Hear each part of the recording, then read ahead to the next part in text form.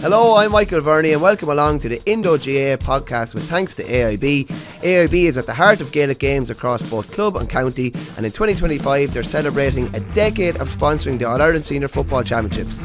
With this year's championship shaping up to be one of the most competitive in years, AIB is more excited than ever to bring fans closer to the action. Check out the hashtag #TheToughest for more. Hello and welcome to Indo GAA. Delighted to be joined by Eddie Brennan, or as he might be called this week, Barista Brennan, because he looked like he's gone off and done a little course in coffee making. You might show, our listeners won't be able to hear it, but our viewers on YouTube will be able to see it. Eddie, show that lovely, what are we looking at, cappuccino? It's a double shot cappuccino. It's impressive looking. It's a trial and error, so I mightn't ask too many to drink it, but it'll do me anyway. Good man. Simple man, simple needs. Was coffee even around, or were you drinking it back in your playing days? Isn't it gas? We actually, the time the drug testing came in, I remember Noreen Roach gave us a little bit of a briefing one evening about, caffeine and we were looking on absolutely harmless and oblivious to caffeine and coffee and all this stuff, and the comfort kind of goes, because they start referencing Red Bull, and then he goes, so how many bulls can you have? And we were like, oh geez, and Noreen was like, easy. So only 2 bulls, and it was actually priced. That's it. Andy was lobbing 4 bulls a match into himself. But anyway, isn't it gas? The different approaches different lads have. That would never work for me now. My stomach would be in bits. It just wouldn't work for me. But that type of thing. I remember we played an under-21 final. I was the manager, and I rocked into the dressing room, and one of the boys was literally jumping off the walls. He'd eaten nothing hardly the whole day, and 3 Red Bulls in him nearly before throwing, and he was ready to go.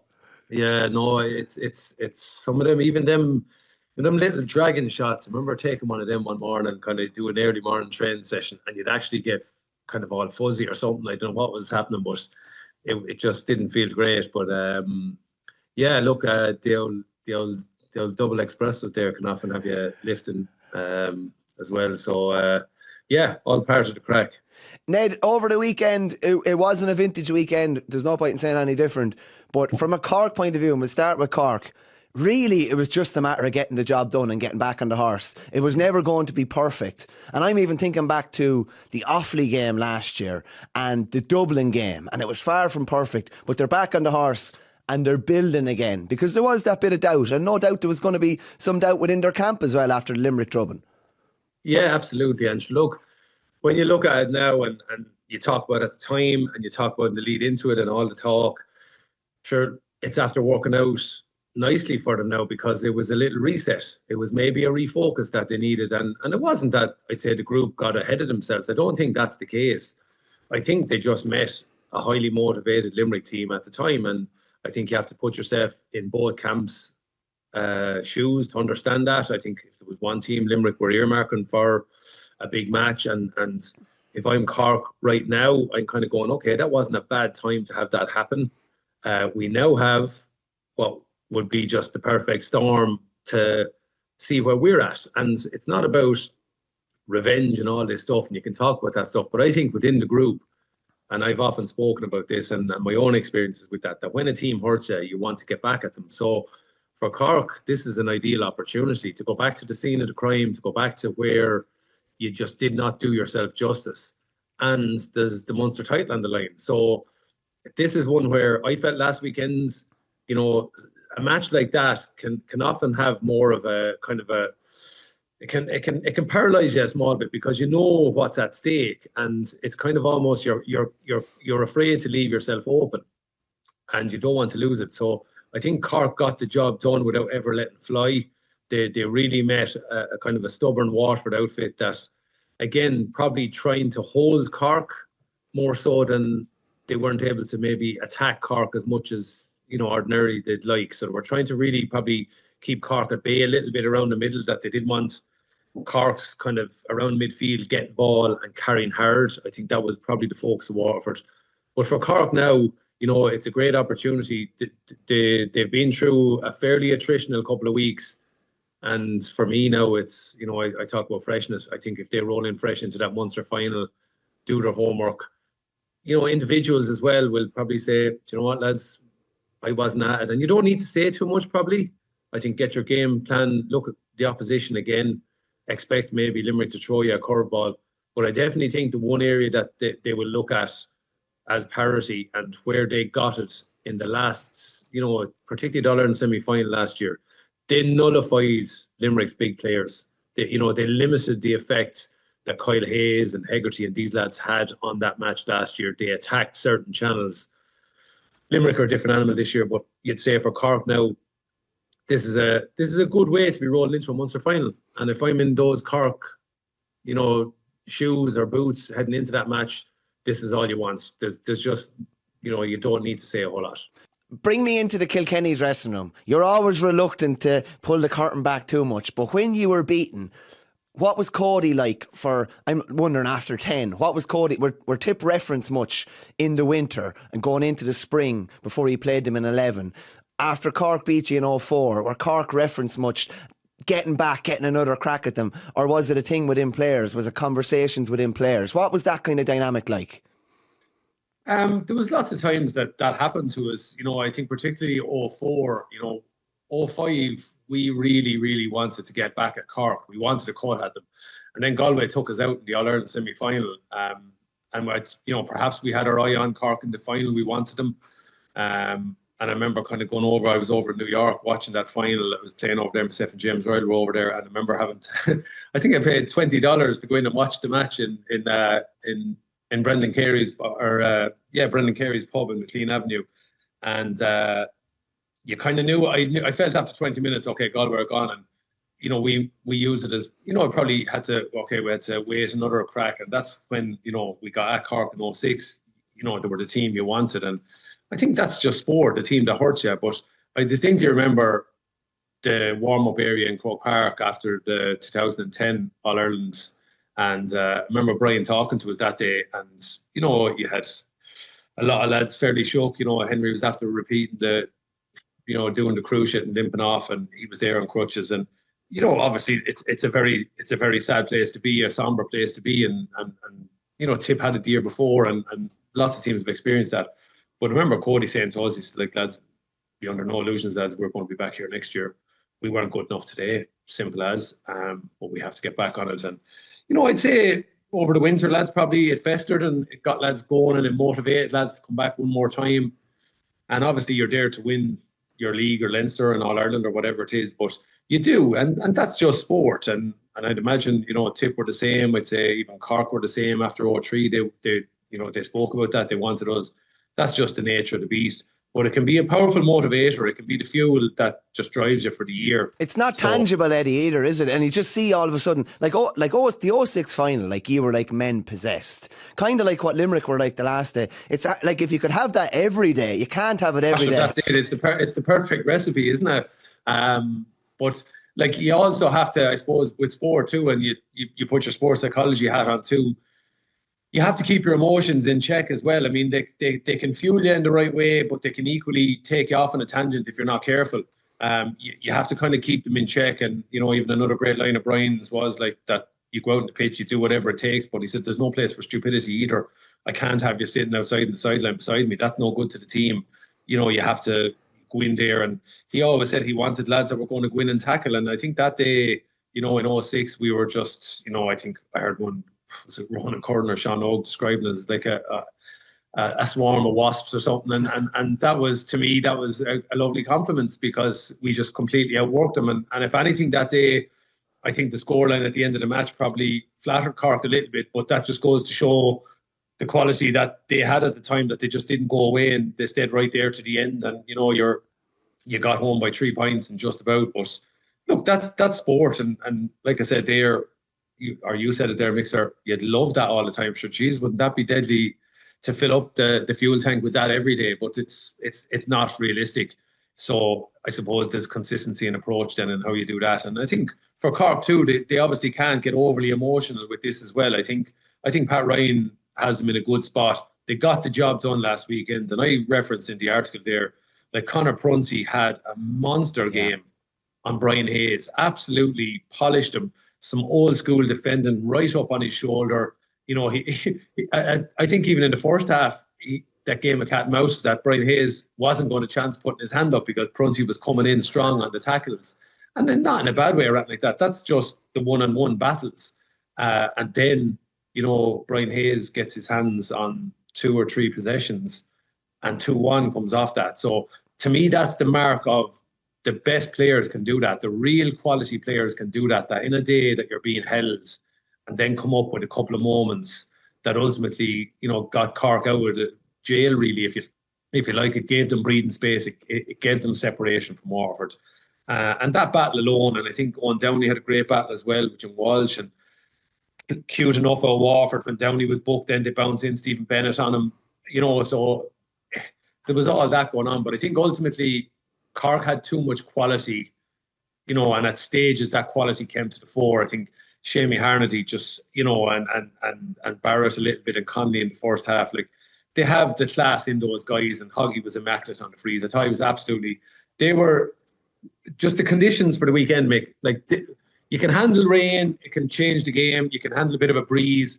But when you have a bad, strong, swirling breeze like that, it can play havoc with the match. And I think we saw that have an impact on the games, particularly the shooting from distance, because the lads seem to just not get it right.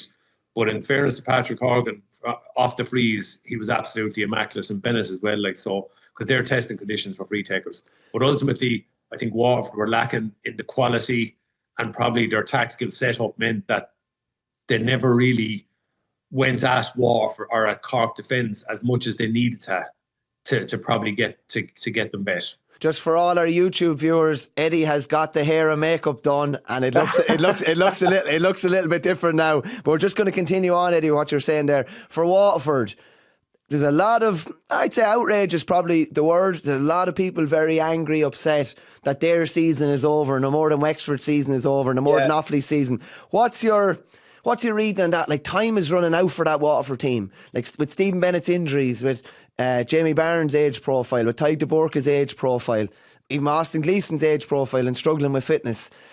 Time is running out for them, and it's, it was 25th of May and they're gone again. What's your reading on it? Do we need to make structural changes? I'm also thinking then, like, geez, lads, they played 4 championship games and they didn't qualify. So did it deserve to come out? So what's your reading on it? Yeah, well, I think just the first thing I will say is I think we have to say that there was a glaring black card penalty that wasn't awarded to Waterford at a very important stage in that match. And I've often spoken about this, that these little moments can have such a massive effect on a team's season. Would that have changed the match? Who knows? But at that time in the match, it potentially had a big influence on the match. And Waterford were hanging on getting those decisions and taking advantage of them. That was it. Waterford needs to stack up a lead going in at half time. And I can't for the life of me understand how Johnny Murphy misses that. How does his 2 umpires, like, you're talking the umpires, like, he was on the 14, he was coming inside the 14 when Coleman wraps him up and rugby tackles him to the ground. And I can't for the life of me understand why it wasn't awarded. Like, and I think sometimes Bennett gets caught. He never stops jawing at referees, but I think he was perfectly valid in asking that one there. And I can't, like I said. Just on that, Ned, I think because there's been so few black cards, like so few, like tell me, name me the last one. The under 20 match. Yeah, like I'm literally thinking teams are thinking now, referees aren't blowing them. Like, no, it's worth taking a chance here. It is, yeah, and like, again, this is something that, I felt Tip had 2, maybe the last day. I think there was also one, there was another match that, like, I suppose you go to refereeing decisions then that have an impact. You look at Wexford's season and the difference that goal that never was, being awarded. So they're the things. And coming on to your point then, I think it's really, really disappointing. And we spoke about this, I think, going back 3 years ago, I think on this very day, we spoke about that. I think Dublin were gone, Waterford were gone, maybe Tip were gone. I don't know who, but basically we were saying was the middle of May, and we have only 8 teams left in the championship, including your 2 McDonagh teams. And you're kind of going, okay, lads, there's something wrong with that.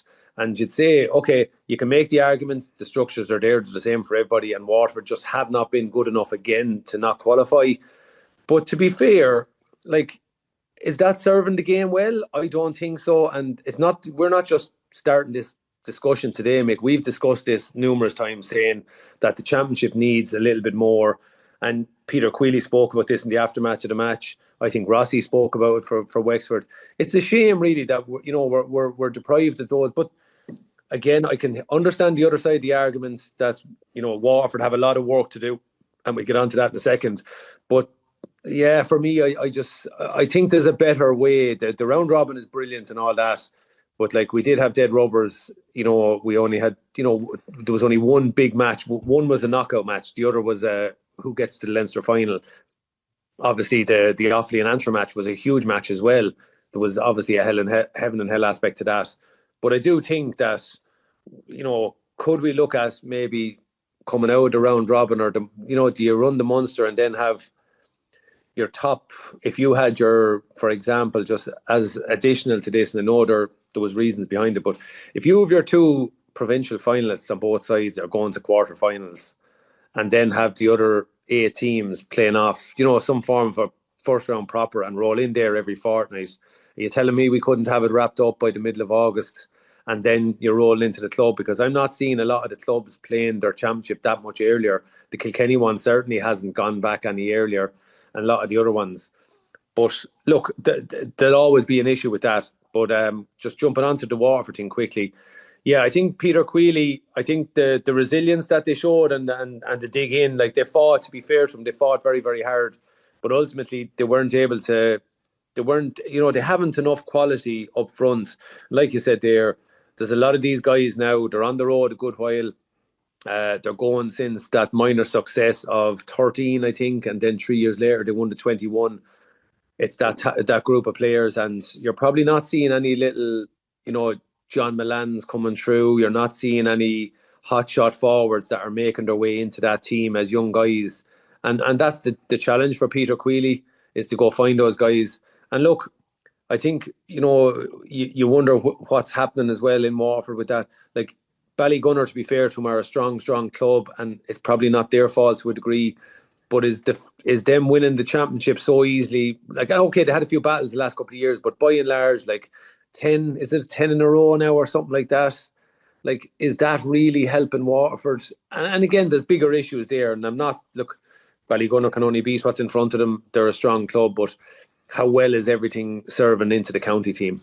Yeah, you would have to wonder. And as I said there, you'd wonder whether the time for some of those real marquee men is getting near towards the end. And I know there's a lot of, like you touched on it there in the Waterford Club Championship, there's a kind of an apathy towards the Waterford Senior Championship as well, because there's this big dominant dog that's going to be so hard to take down. So most counties, at least, are going back to the county championship, and they're thinking, and players are going back and supporters are going back, and they're thinking, geez, we give this a right good rattle. Whereas every team in Waterford could give it the greatest rattle of all time and could still easily come up short. So it's a frustrating one from their point of view. Just on the other game, and it probably didn't get much coverage over the weekend, would you place much importance in Clare finishing their season like they did? Fair enough, it was a somewhat second string Limerick outfit, but a lot of lads, like household names, getting chances to stake a claim for a Munster final. And Clare, I thought, dealt with this game quite professionally, because with the Aidan McCarthy thing and some talk around the county, you're thinking maybe the wheels could come off a bit here. But it was a good performance from Clare in a game that probably would have been hard to get up for realistically. Yeah, it's just, I think we seen, was it couple of seasons ago, Ryan Taylor broke inside the Limerick cover in the Gaelic grounds. Yeah. And he didn't get the finishes that he got last weekend. Like, there were two sublime finishes, particularly the second one. What a goal. And you're just kind of going, it's an awful pity, that they didn't, you take that, whatever, that when they got level with Tip, they just hadn't the energy to go, or whatever it is. And injuries played their part. But look, to be fair to them, okay, they didn't meet the full wrath of Limerick. They still met a Limerick team that weren't coming down there to in their own patch, weren't going in there to make up numbers either. I'd imagine John Kiley would be, still kind of expecting a certain level of performance and all that. And okay, it's not going to hurt them in the long run. But at the same time, I suppose, look, you say to the Clare lads, they could have been forgiven for just going through the motions and that, and maybe resting a few lads. But to be fair to the players, I suppose their level of pride was that, they've gone in there in the last year or two and they've been able to get something in the Gaelic grounds. And there's a psychological thing for that. Maybe this is a high note to finish the year, lads. And Brian Lohan probably would have said, look, boys, we ultimately weren't good enough, but we have something then to sign off the year on a little bit of a high, go off and go enjoy your club championship. And by God, we need to be back rolling for next season, and we need to be ready to go again. Like, because they'll obviously, they had a big couple of years, and there'll probably be no harm that they get the time off and refresh themselves, go off to the States and do whatever they do. It's gas. I'd never really heard of a metatarsal until Wayne Rooney did it. Was that before a World Cup? Lohan said he had three metatarsal injuries, which is mad. And that's a funny kind of an injury to have. Like, do you know what I mean? It's maybe one within a squad within a year. He said he hadn't had one in his whole reign, and then he had three in the 1 year, and they were crippled by injuries. But like, I'm kind of thinking about Waterford maybe under Liam Cattle's last game, where the wheels came off completely against Clare. And I'm going to be fascinated to see what happens in the off season now, whether a couple of the big names remain for another year, potentially even whether Lohan remains, and that's not throwing any question marks. It's just he's been there a while. But he has 5 years done, and to be honest, Mick, he has done massive work. You think of that ship when he took the reins. There was a lot of messing going on behind the scenes at board level. He had to tidy up all of that. And I would imagine that himself and the warrior that he is, I'd imagine he'll be glad at that break. He'd love, don't get me wrong, he would love to have been involved in the knockout stage of the championship. They'd love to get to Croke Park and defend the All-Ireland title.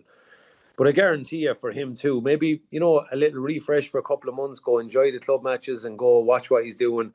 Like, and then see if he has the energy to go again, like, because there is a good squad there.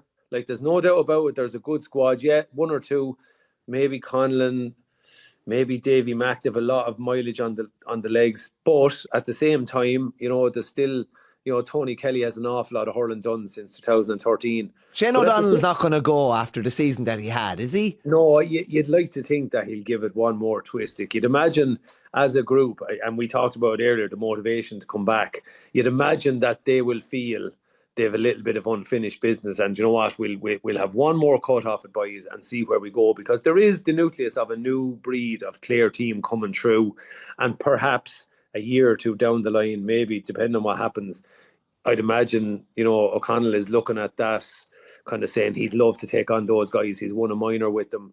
They probably won't be too far off the 20 title maybe next year. So there's a nice crop of young lads coming through, and they'll obviously need a bit of time. Eddie, we'll probably give Leinster its due focus now, because we probably haven't been given it maybe due focus, and that's just the nature of it, because there's probably been more going on in Munster. But Galway, in fairness, Micheál Donoghue would have taken their hand off to be in this position. As you say, they took a terrible defeat against Kilkenny, but they learned a heap of lessons, and now they're back in a completely different position going into the final against Kilkenny, and they've learned a hell of a lot along the way.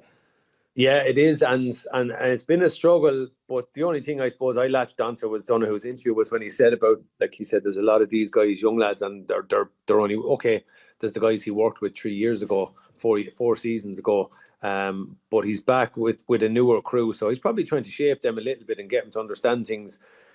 But look, in Cottle Mannion, a guy, he is a guy hurling out of his skin at the moment. I think even David Burke was instrumental last weekend. I think, God, he just is an absolute warrior. Like, he just does know when to stop. And he sets some tempo, doesn't he, Eddie? He sets some tempo. Just a few little hits, and he just gets in lads' faces. Like, I remember the Thomas's Ballygunner All-Ireland semi-finals. Like, geez, the tone has been set here even before a ball is thrown in, and snarling around the place. And I think he's the kind of guy that, he leads from the front. And it's not that, he pushes the boundary. There's no doubt about it. He doesn't back down from much.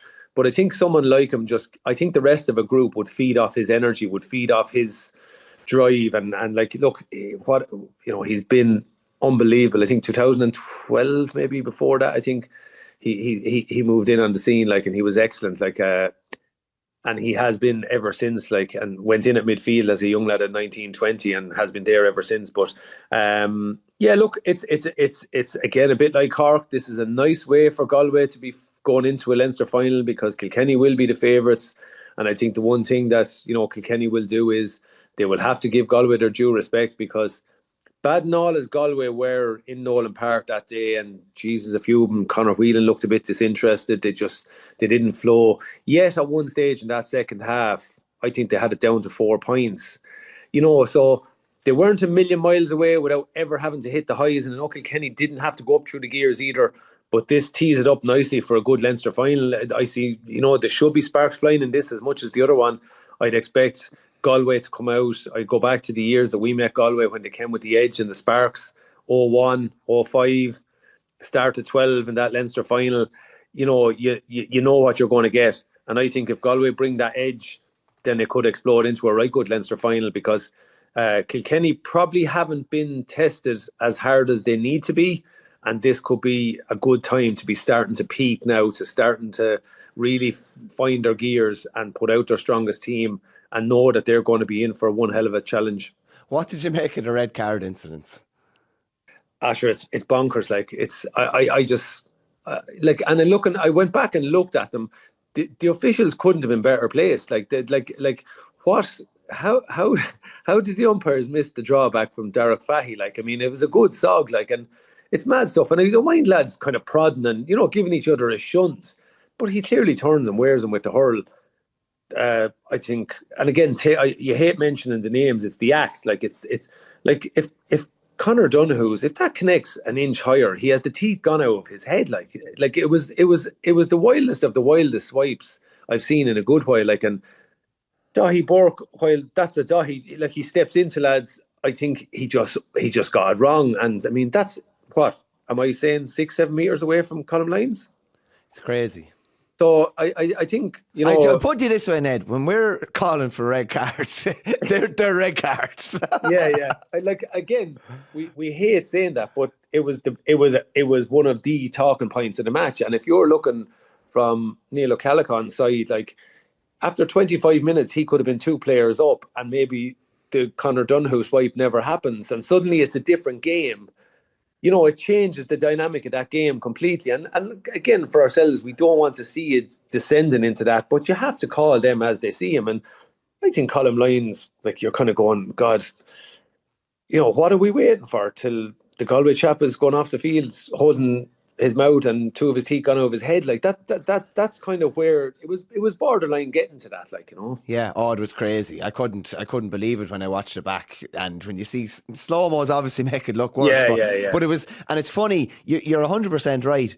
The Donoghue incident probably doesn't happen if other lads don't get away with what they got away with. And it probably feeds into, there's a little bit of pack mentality going on then, because like you said there about the black card incidents and the penalties, players are players and they'll push the boundary. Everyone does. And if you say, okay, if the ref is refereeing a certain way, sure, we'll push on a little bit, and then the sogs and the digs are going in hot and heavy. It does. Lads just naturally push it on a little bit, and it's not an excuse for it. But I think it's poor from him and his team. And you say, unfortunately, you don't take any satisfaction in saying that, but we have to say again, does it have a bearing on the match? And if I think the Dublin manager, you wonder with managers how they hold their fire in situations like that, because that is frustrating when you see that.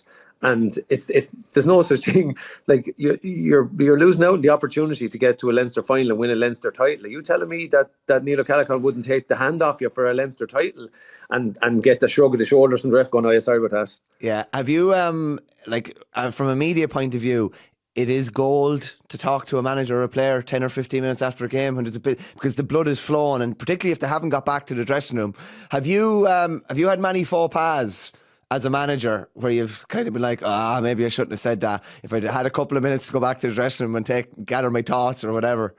There's been 1 or 2 episodes, Mixer. No, I suppose, from the experience I had, you're mindful of that, and you do. There's times definitely you're mad to say something, and you just kind of go, no, because you don't want. Look, ultimately, you have to take your beat, and you have to, but do those decisions possibly impact on the match?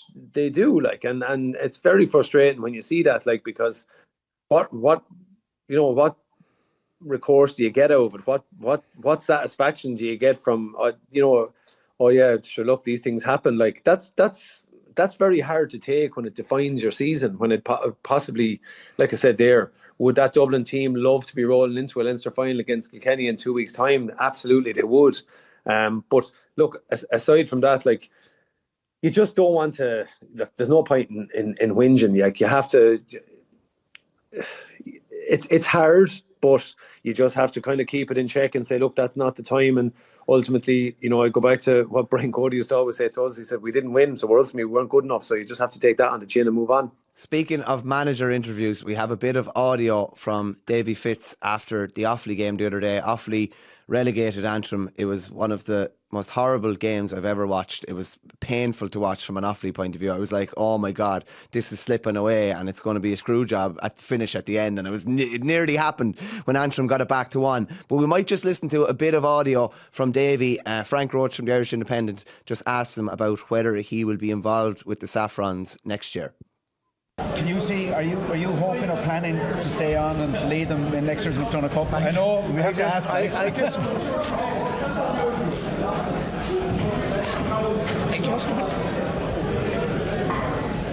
take your time, David. Yeah. I just want time. Listen, I'm just really proud of him today. Did it so well. And I couldn't be prouder of him. I'm just absolutely shattered myself right now. But I couldn't say another thing as regards the Aaron. I'm just going to take a bit of time myself and just relax. Like I keep saying to you, after Waterford last year I was done. I knew I was done after Waterford last year. But a friend who has been very good to me, persuaded me to come up to Antrim, and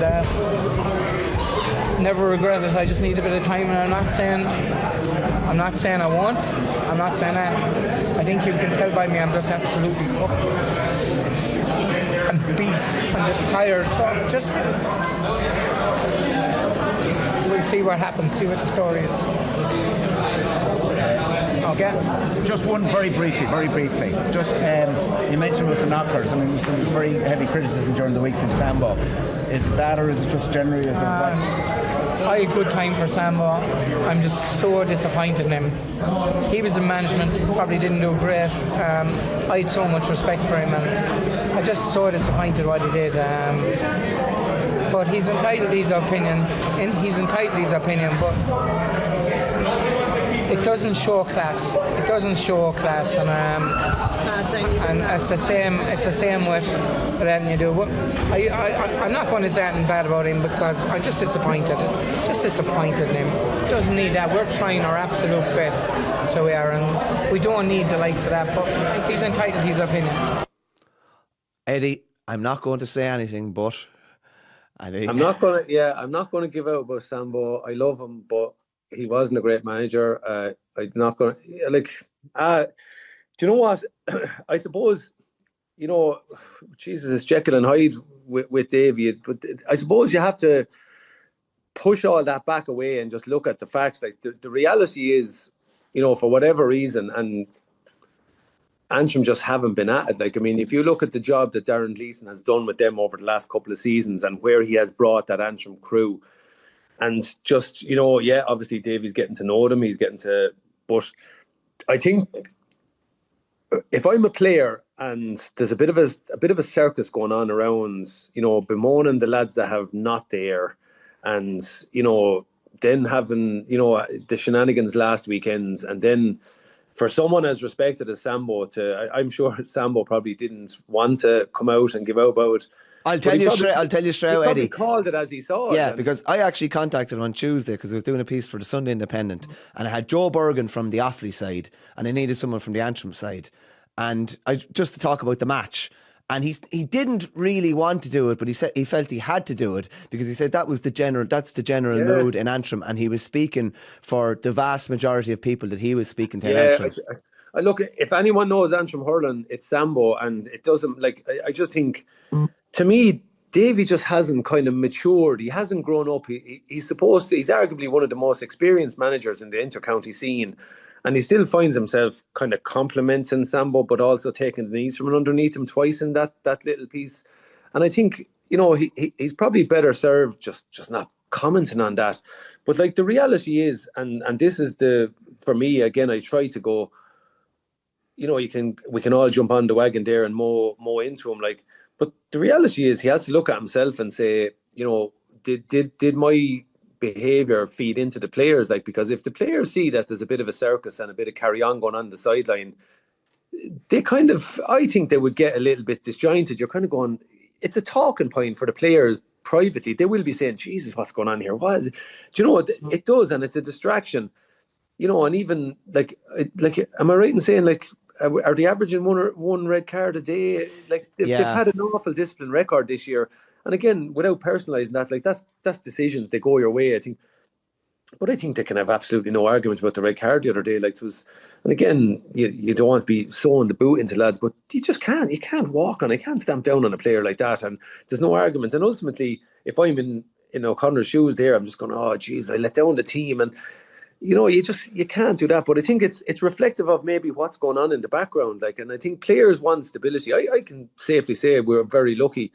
Never once did I see in my time, like, Brian Cody carrying on ridiculous on the sideline, like, and you know, getting and drawn into stuff, creating a sideshow that was not helpful for us. Like, I mean, he kept it in check, and I think players react to that. So if players see that there's a little bit of shenanigans going on, that feeds into everything too. Like, and I think Davy just has to look, if whatever he's going to do, I think he has to look at it and say, right, there's no point in bemoaning who's not there. Like, you went up there, you looked, you knew what you were getting, so get on with it and not get drawn into that type of stuff. And I just think Sambo I think he probably spoke genuine from the heart, and he's probably seen that, you know, like, again, Davy being Davy, look, it's a little bit of, he doesn't like being challenged. He's a poor loser, to be fair. Like, and we all have to, you know, you suck it up sometimes. You have to take it on the chin. And I think when things aren't going his way, you know, he seems to bark and snarl at everybody. Now, I will say, this was by far and away Antrim's best performance of the year. They actually played brilliantly. Niall O'Connor was sent off, like, in the first 10 minutes, and they were under pressure at times in that first half, but they stayed in it. They did all the hurling for 25-30 minutes in the second half, completely. They were playing against the Gael, and they played the game on their terms. They carried ball, Offaly couldn't handle them. And I don't know if you probably have played in relegation games at the club. It looked like Offaly were rabbits in headlights there. It looked like the pressure was completely getting to them. And McDonagh got that goal, which was so defendable. It was a hand pass from Ben Keneally that was intercepted. A goal, a point in it, and they're like, oh my God. I could just see it happening, because it was like a sort of performance from Antrim where the only time we have to lead is at the very end.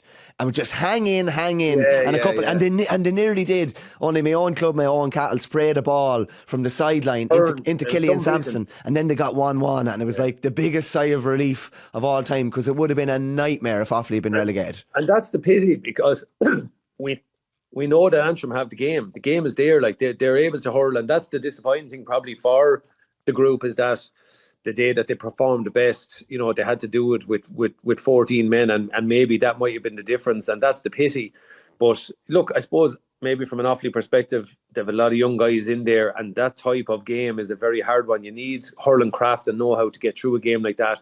Antrim, I think, have some very experienced guys there. Paddy Burke, I thought, geez, he led the charge. But I was surprised when I saw the red card so early, and you're monitoring the scores. I felt, right, this is going to, Offaly are going to cruise home here, given where Antrim have. But I suppose if you're looking at a big positive for next year, that's character, and that's something that's, look, to be fair, like I said there, I think he was handed, you know, a group that has plenty of good, strong characters in there, you know, with what Darren Gleeson's done before him, and whatever happens next year, you have that to build on.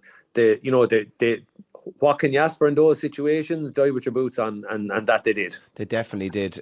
From an Offaly point of view, just thankful that they got through it. And it's probably a game that will never be referenced again, but it's just in the memory bank. Okay, the SH1 team nearly hit the fan there, and we survived. That's the main thing. And it's probably disappointing from a hurling perspective too, like the up and down thing. It's like, how helpful is that? Like, that the more you're playing, and obviously, look, that's the setup at the moment. There's nothing you can do about that. They have to drop back down to McDonagh next year and win that to get back up, and that's just the way it is. But you'd love to see, you know, obviously the likes of the progress there, that it doesn't kind of go back, and that they don't kind of regress over the next year like that. It's so important to get them up there and try to get them to stay up there.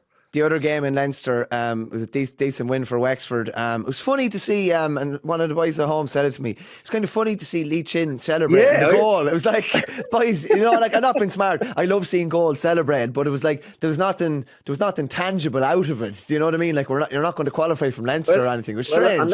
Unless he was waving goodbye to the Wexford fans. Jesus, I hope for their sake, I hope not. I thought it was peculiar. Now, it was an absolute beautiful finish because he didn't have to put power in it. He just had to put it where he wanted it, and it opened up lovely for him in that he kind of delayed it a second because of the tackle, and then Owen Murphy wasn't able to step, and he just steered it where it needed to be. But yeah, it was kind of the most unusual time to celebrate a goal given where Wexford were at. You know, if that's the one to knock Kilkenny out of the championship, off comes the jersey and you're going to do a lap. I tell you, nobody wants Lee Chin to take off the jersey because he put every man in the country to shame. Ned, you mentioned the McDonagh there. What a finale to the McDonagh. Obviously, Kildare getting through, like, nobody saw that. Outside of Brian Dowling and the boys inside his four walls, nobody saw that coming. They beat Down at the weekend to book their final place. But the drama down in Dr. Cullen Park, and we have a bit of audio here. It's Shane Nolan and John O'Loughlin from Clubber TV. So they're only going with 2 on the line. Win the ball there. All you have to do is keep it alive. Like, don't even knock it dead. Delaney floats it in. Dangerous ball, excitement all round. Pull. It's in the back of the net. It's in the back of the net, lads. You wouldn't believe it. The right ball got in. 2:17 and 20 minutes. You're more County of Armoyle. They're just flying the ball. John O'Loughlin. He's a huge man into the field. He didn't put the net off me up here. It's all about this puck out. Can we get one? Can we get a puck out? I don't think so. There's lads hitting the deck all over the shop. We don't even know who got the goal. He'd be a brave man to call it. Tracy strikes long. Some drama. Davy Fitzgerald is in hugs with Dale Coughlin and Andrew Kavanagh. Dramatic, lads. Oh, what a And they game. say hurling in the fly week of counties. There will be questions about the time at it on 11. But mother of God, if you're ever going to get a draw in a game, that's one way to do it. What, and that is the best audition I've ever heard for F and Eddie Maroney. Jesus. Like, I suppose it's a little bit of an old school throwback, isn't it? We're all tuned into the wireless on matches that weren't televised, and you're going, oh, what's happening? The next thing, you're listening to this, and when Podge Delaney lobs that ball in, like, the amount of players around. I tried to count them. There must have been 25 plus, I'd say. Jesus. And how then the dirtiest of dirty contacts, and it coming in this way flies.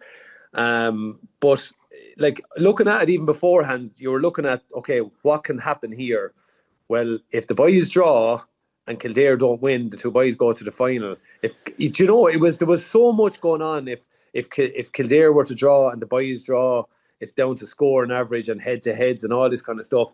It was just what a way to finish the campaign, and then, you know, what a way for Laois to pull it out of the bag, like, just look to be dead and buried. Like, and Carlo, to be fair to him, you know, it's a shame in a way that a match like that obviously went down to the wire, you know, that wasn't a focal point the weekends to be televising a match like that, because there was so much drama attached to it and so much consequences to it. Like, and what an awful way for Carlo to go out. But for Tommy Fitz and the boys, like, what a way to get to a McDonagh final. Like, you know, they're there again. They have to face into a serious Kildare animal. But, you know, what better way again to roll into it? They surely have learned a lot, because they got a right good slapping off Kildare a couple of weeks ago. A right good slapping. So they should be lacking in they should not be lacking in motivation. But yeah, look, a fitting way for the McDonagh. It's a great competition. And again, you go back to Brian Dowling, the story of the year, the story of the hurling year, without a doubt. And just on that, Tommy Fitz was obviously a coach, selector with you in Laois. Yeah. Brian Dowling's a former teammate as well with Kilkenny. It's you have a foot in both camps to some respect. Yeah, that's it. And to be a great final, like, I look forward to that. We say the Leinster final now, you have that match before it, which should tee it up lovely. The Laois crowd will definitely travel in numbers, and you'd be hoping that while the Lily Whites are predominantly the big ball is where their main support base is from. Geez, you'd like to think that they get behind that team now and try to get numbers in there. They should be, like, with what they're doing with the 20,000 tickets as well for young lads. you should be trying to do, Laois, Kildare as well, try fill up Croke Park that day and create a great atmosphere, because both those teams deserve that after the campaigns they've had. And what a day for them to be marching out in Croke Park, with the Leinster final coming afterwards. Big occasions, we talk about developing and rewarding players. They're the big occasions that they need to be part of. Last one. Who would have ever thought that there's a possibility in 2026 that Kildare will be competing in the All-Ireland Senior Hurling Championship and their footballers could be competing in the second tier football championship, the Tailteann Cup, as they are this year. So I'm kind of thinking Brian Byrne and some of these lads that are in with the footballers. Brian Byrne was the hurling captain for years, and their best player. The carrots are there, and even thinking of the All-Ireland preliminary quarter-final, what an occasion that's going to be. Newbridge is an unbelievable venue now because it's so tight and it's been renovated. About 12,500. Whoever comes, be it Tipperary or be it Dublin, or that's going to be class. It's going to be brilliant, yeah. And it's if you're looking for all the hurling people there in the different pockets around Kildare, the clubs that are strong around Leixlip, Selbridge, Ardclough, all those, Naas have become a real powerhouse in Leinster club hurling now. It's a great opportunity for the underage hurling club teams to get their kids into a match and support their teams, because they have a bunch of new heroes. They have the cheapest form of developments from a hurling perspective now. This is a freebie to develop hurling and get young lads. And I'm not saying it takes from the football. Obviously, that's their number one. But there's obviously a thing there now for the guys that maybe are looking at that going, oh, hold on now, we could get massive momentum behind this. And it's good. It's a great hurling story because, like you said there, who would have seen it? And if you think of maybe even go back 3 years ago, where the Kildare hurlers were, or the footballers were, and again, Newbridge are nowhere and all this, under Cian O'Neill, and how that has flipped around so dramatically. I don't think the greatest of wizards or clairvoyants would have predicted that. Not even Mystic Milan. Not even Mystic Milan by looking into his crystal ball. Ned, thanks a million for that. We'll talk again soon. All the best, Mixer.